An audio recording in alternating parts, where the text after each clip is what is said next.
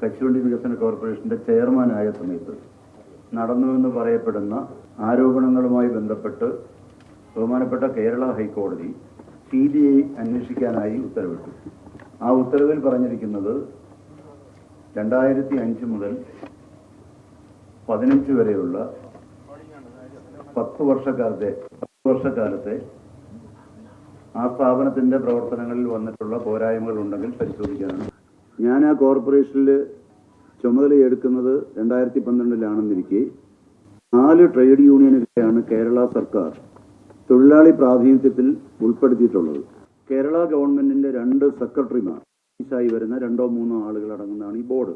ആ സ്ഥാപനത്തിന് ഏത് തീരുമാനമെടുക്കുമ്പോഴും ആ തീരുമാനത്തിന് പൂർണ്ണമായി അധികാരമുള്ളത് ഈ ഡയറക്ടർ ബോർഡിനാണ്. ഏകകണ്ഠമായി എടുത്ത തീരുമാനത്തിന്റെ ഉത്തരവാദിത്വം ഏത് സമയത്തായാലും ഒരു ചെയർമാനിലോ മാനേജിംഗ് ഡയറക്ടറിലോ നിക്ഷിപ്തമാകുന്നതല്ല.